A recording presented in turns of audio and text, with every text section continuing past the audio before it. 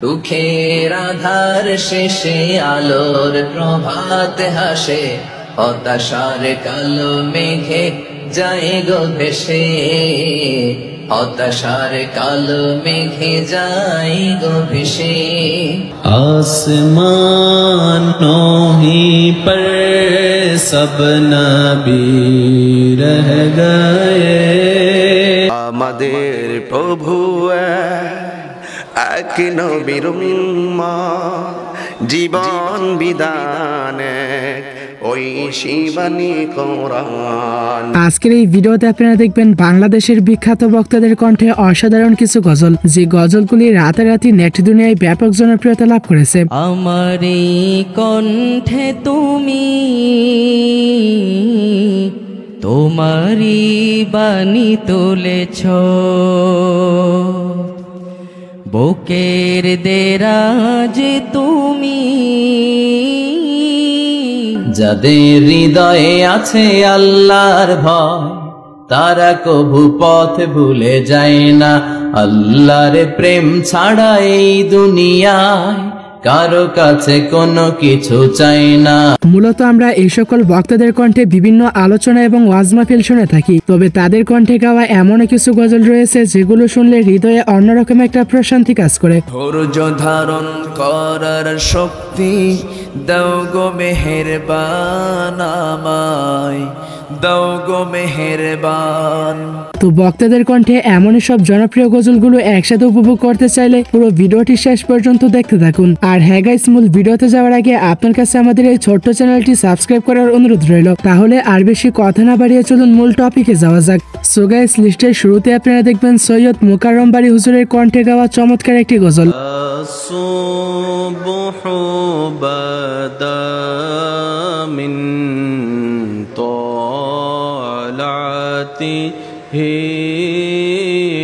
والليل دجامع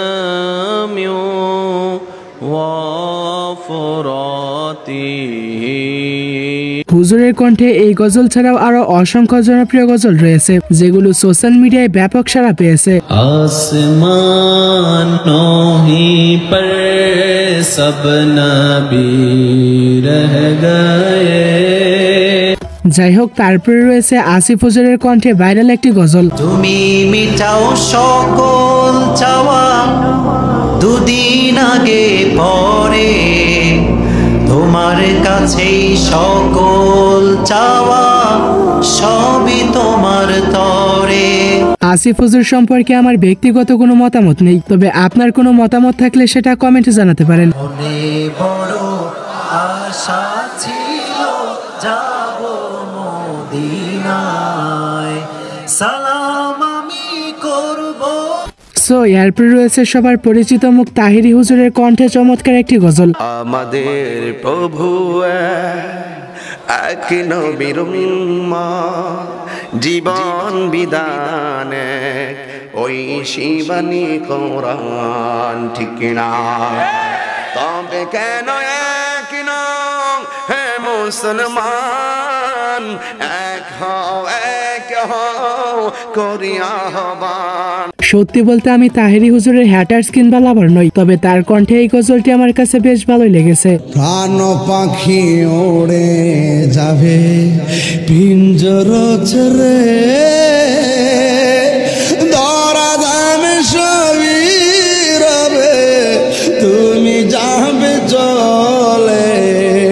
anyway guys, তারপরে আপনারা দেখবেন সাইদ আহমেদ হুজুরের কণ্ঠে বিপ্লবী একটি গজল। লড়াইয়ের ওই ময়দানেতে যেতে তোমাকে হবে, প্রয়োজনে সব রক্তটুকু জমিনেই ঢেলে দেবে।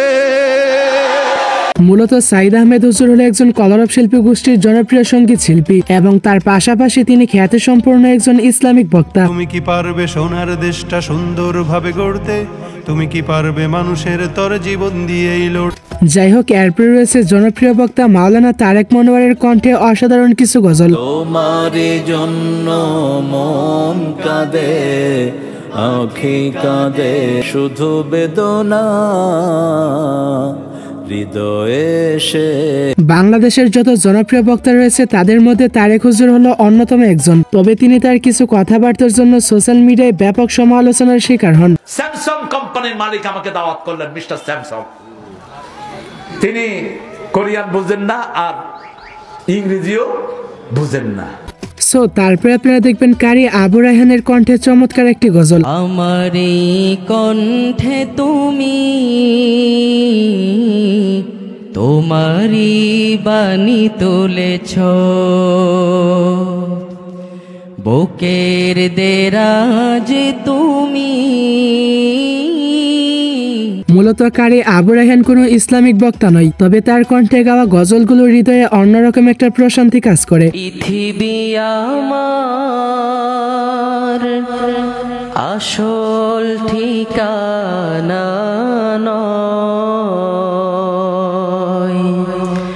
মরণ একদিন মুছে দেবে সকল রঙিন পরিচয়। সো গাইস, এরপর রয়েছে বর্তমান সময়ের যুবকদের আইডল আদনান হুজুরের কণ্ঠে জনপ্রিয় একটি ইসলামিক নাশিদ। حكمت عدلت منت فنمت وسيخ البال بمثلك لست سوء نجما وترا وجبال حكمت عدلت منت فنمت وسيخ البال।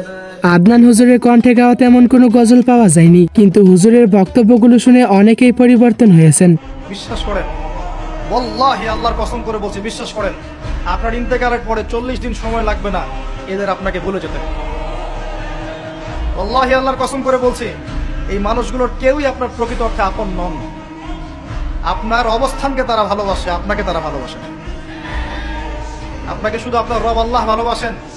আপনি তার উপর তাওয়াক্কুল করে হারাম ছেড়ে দেন, আপনাকে আল্লাহ বেহিসাব রিজিক দেবে। যাই হোক, তারপরে লিস্টের সবশেষে এখন আপনারা দেখবেন আজহারি হুজুরের কণ্ঠে গাওয়া অসাধারণ গজলগুলি। طلع البدر علينا من ثنيات الوداع وجب الشكر علينا। দুঃখের আধার শেষে আলোর প্রভাত হাসে, হতাশার কালো মেঘে যায় গো ভেসে, হতাশার কালো মেঘে যায় গো ভেসে। আজহারি হুজুরের কণ্ঠে গাওয়া অসংখ্য জনপ্রিয় গজল রয়েছে, যেগুলো আপনারা সোশ্যাল মিডিয়ার বিভিন্ন শর্ট ভিডিও প্ল্যাটফর্মগুলোতে দেখে থাকবেন। যাদের হৃদয়ে আছে আল্লাহর ভয়, তারা কভু পথ ভুলে যায় না। আল্লাহর প্রেম ছাড়া এই দুনিয়ায় কারো কাছে কোনো কিছু চাই না। তো বন্ধুরা, বক্তাদের কণ্ঠে এই সকল গজলগুলোর মধ্যে আপনার কাছে কোন গজলটি বেশি ভালো লেগেছে তা কমেন্টে জানাতে ভুলবেন না।